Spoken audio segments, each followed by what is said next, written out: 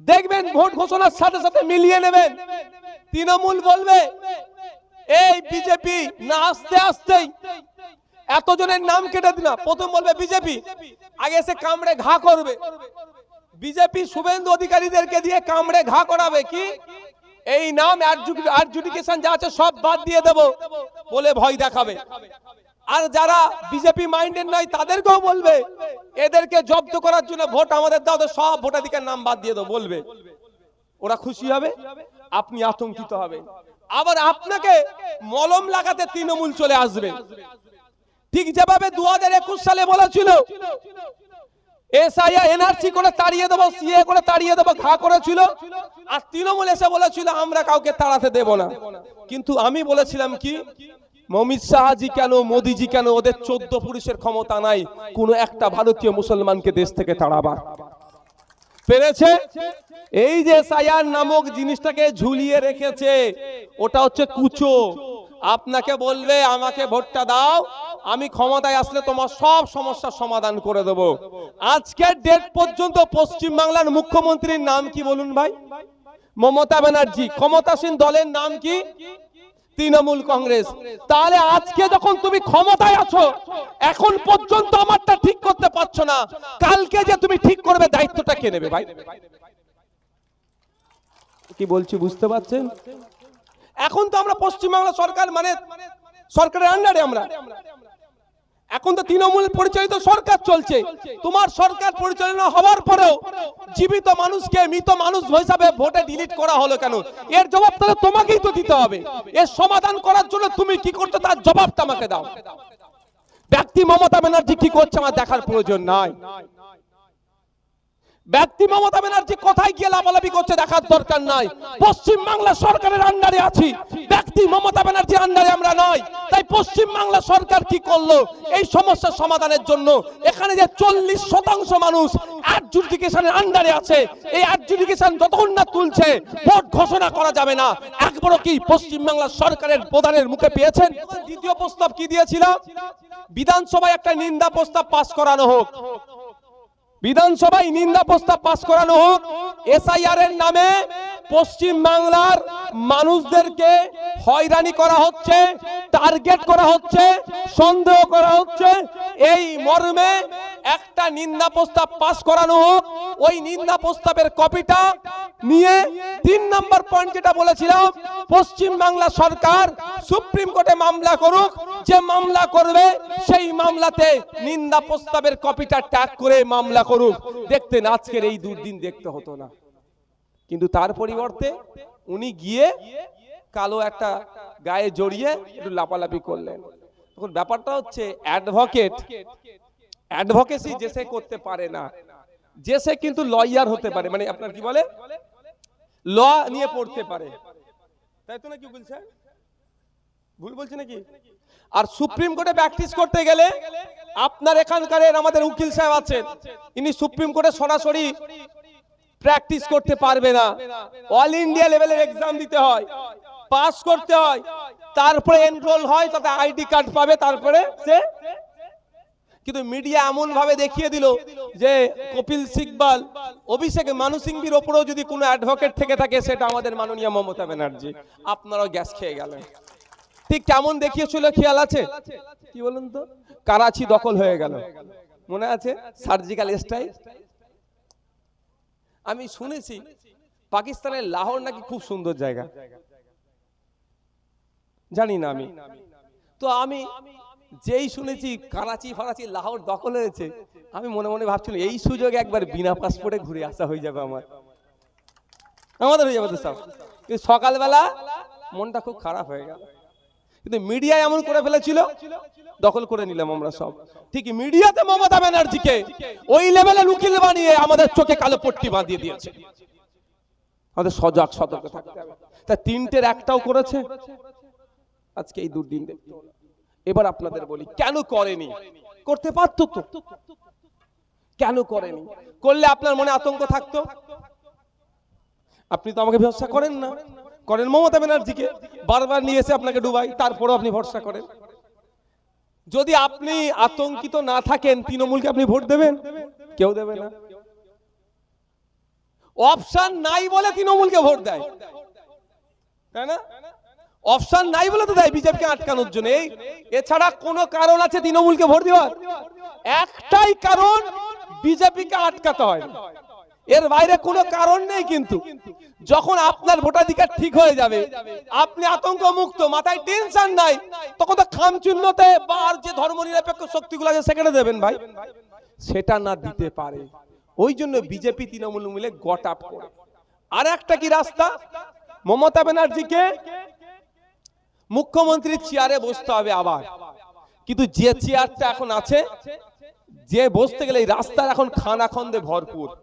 ভগবান গোলাই কলেজ নাই, একটা গর্ত তো ওখানে, আমার মনে খুব রাস্তায় গর্ত আছে।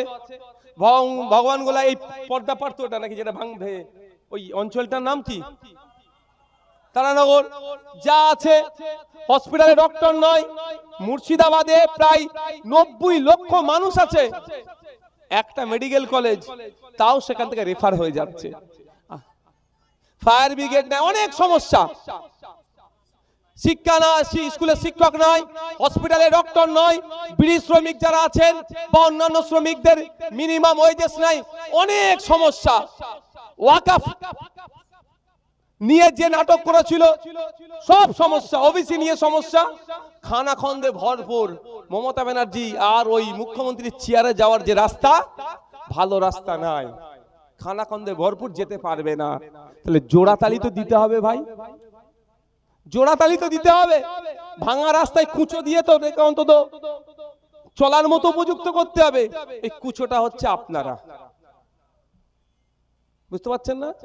বুলডোজারের তলায় আপনাদের ফেলতে হবে। এই যে সায়ার নামক জিনিসটাকে ঝুলিয়ে রেখেছে, ওটা হচ্ছে কুচো।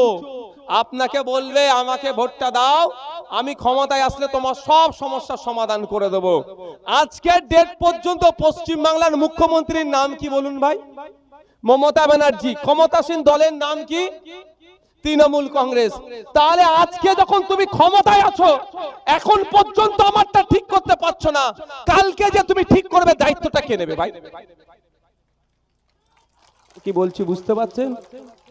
এখন তো আমরা পশ্চিমবাংলা সরকার, মানে সরকারের আন্ডারে আমরা, এখন তো তৃণমূল পরিচালিত সরকার চলছে। তোমার সরকার পরিচালনা হওয়ার পরেও জীবিত মানুষকে মৃত মানুষ হিসাবে ভোটে ডিলিট করা হলো কেন? এর জবাব তাহলে তোমাকেই তো দিতে হবে। এর সমাধান করার জন্য তুমি কি করতে, তার জবাবটা আমাকে দাও। ব্যক্তি মমতা ব্যানার্জি কি করছে আমার দেখার প্রয়োজন নাই। ব্যক্তি মমতা ব্যানার্জি কোথায় গিয়ে লাফালাফি করছে দেখার দরকার নাই। পশ্চিম বাংলা সরকারের আন্ডারে আছি, ব্যক্তি মমতা ব্যানার্জির আন্ডারে আমরা নয়। তাই পশ্চিম বাংলা সরকার কি করলো এই সমস্যার সমাধানের জন্য?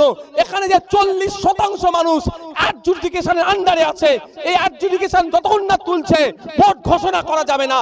একবারও কি পশ্চিম বাংলা সরকারের প্রধানের মুখে পেয়েছেন?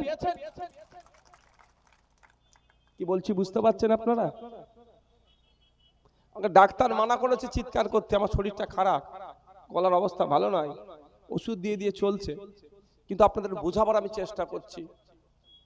আমাদের একটা বক্তব্য ক্লিয়ার আছে, আগে সমাধান পরে নির্বাচন, এটা আমি বলছি তো। তাহলে আমি আপনাদের নজরে কিন্তু আমরা আবার তো বিজেপির দালাল, অনেকের নজরে আমরা বিজেপির দালাল। আপনাদেরও দোষ নাই, কেন বলুন তো? আপনাদেরও দোষ নাই।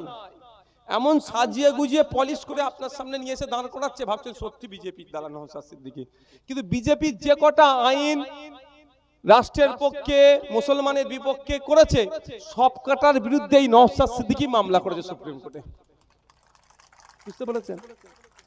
এই ওয়াকফ, এই মাদ্রাসা, মসজিদ, কবরস্থান এখন যে টিকে আছে কার জন্য? আপনার এমএলএ কে জিজ্ঞাসা করবেন, আপনার এমপি কে জিজ্ঞাসা করবেন। বলে নওশাদ ভাই এসে বলে গিয়েছে যে ভাঙড়ের বিধায়কের জন্য বা ভাঙড়ের বিধায়কের মতো গুটি কয়েক মানুষের জন্য আমাদের মাদ্রাসা, মসজিদ, ঈদগাহ, কবরস্থান তথা ওয়াকফ সম্পত্তিটা এখনো বেঁচে আছে। এটা সত্যি কথা না মিথ্যা কথা? জিজ্ঞাসা করবেন। আমাদের মতো কিছু মানুষের করা মামলার জন্য এখন আপনার এই মসজিদটাতে আপনি নামাজ পড়তে পাচ্ছেন, ওয়াকফটা বেঁচে আছে। কিন্তু মামলাটা কার বিরুদ্ধে করেছি? আমি বিজেপির বিরুদ্ধে। আমি আবার নাকি বিজেপির দালাল। সিএ করে যখন দেশ থেকে তাড়িয়ে দেবে বলেছিল, সুপ্রিম কোর্টে মামলাতে এই নওশাদ সিদ্দিকী গিয়ে করেছিল, কোন মমতা ব্যানার্জি তার দলের লোক করেছিল? এবং এই এসআইআর নিয়েও মমতা ব্যানার্জির আগে মামলা নওশাদ সিদ্দিকী আপনাদের জন্য কোর্টে গিয়ে করেছিল। 2021 সালে বলেছিল এসআইআর এনআরসি করে তাড়িয়ে দেবো, সিএ করে তাড়িয়ে দেবো, ঘা করেছিল। আর তৃণমূল এসে বলেছিল আমরা কাউকে তাড়াতে দেব না। কিন্তু আমি বলেছিলাম কি, অমিত শাহজি কেন, মোদিজি কেন, ওদের 14 পুরুষের ক্ষমতা নাই কোন একটা ভারতীয় মুসলমানকে দেশ থেকে তাড়াবার। পেরেছে? আমার জানা ছিল কোথায়, মাল্লা শেখ আমির ওকে পেল অর্ডার দিয়ে ওপারে ফেলে দিয়েছিল, বাংলাদেশে ফেলে দিয়েছিল বর্ডার দিয়ে। আমি বেশ কয়েকদিন অপেক্ষা করছিলাম, কোন উচ্চবাচ্য নেই রাজ্য সরকারের। আমি চুপচাপ ওর বাড়ি হাজির হয়ে গেছিলাম। যখনই হাজির হয়েছি, এবার আইবিদের কাছে তো খবর থাকে, যেদিন হাজির হচ্ছি আমাকে তো ইনফরমেশন তো অন্তত আইবিদেরকে দিতে হবে না, ল অ্যান্ড অর্ডার যারা দেখে পুলিশকে। সেই দিনই খবর পাচ্ছি যে তারপরের দিনে নাকি মামলা টামলা হবে, রেডি হচ্ছে। মানে বুঝতে পেরেছেন ওষুধটা কোন জায়গায় দিয়েছি। তার আগে হয়নি, কিন্তু আমি ঘুরে আসার 1 সপ্তাহের মধ্যে আমির শেখ তার বাড়িতে পৌঁছে গিয়েছিল। এটা হচ্ছে পাওয়ার, এটা হচ্ছে পলিটিক্যাল পাওয়ার। এটা আপনাদেরকে গেইন করতে হবে। দুর্ভাগ্য এটা আমরা ভুলে যাই। বন্ধুগণ, দ্বিতীয় প্রস্তাব কি দিয়েছিলাম, বিধানসভায় একটা নিন্দা প্রস্তাব পাস করানো হোক। বিধানসভায় নিন্দা প্রস্তাব পাস করানো হোক। এসআইআর এর নামে পশ্চিম বাংলার মানুষদেরকে হয়রানি করা হচ্ছে, টার্গেট করা হচ্ছে, সন্দেহ করা হচ্ছে। এই মর্মে একটা নিন্দা প্রস্তাব পাস করানো হোক। ওই নিন্দা প্রস্তাবের কপিটা নিয়ে 3 নম্বর পয়েন্ট যেটা বলেছিলাম, পশ্চিম বাংলা সরকার সুপ্রিম কোর্টে মামলা করুক।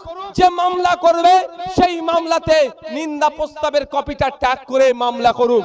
দেখতেন আজকের এই দুর্দিন দেখতে হতো না।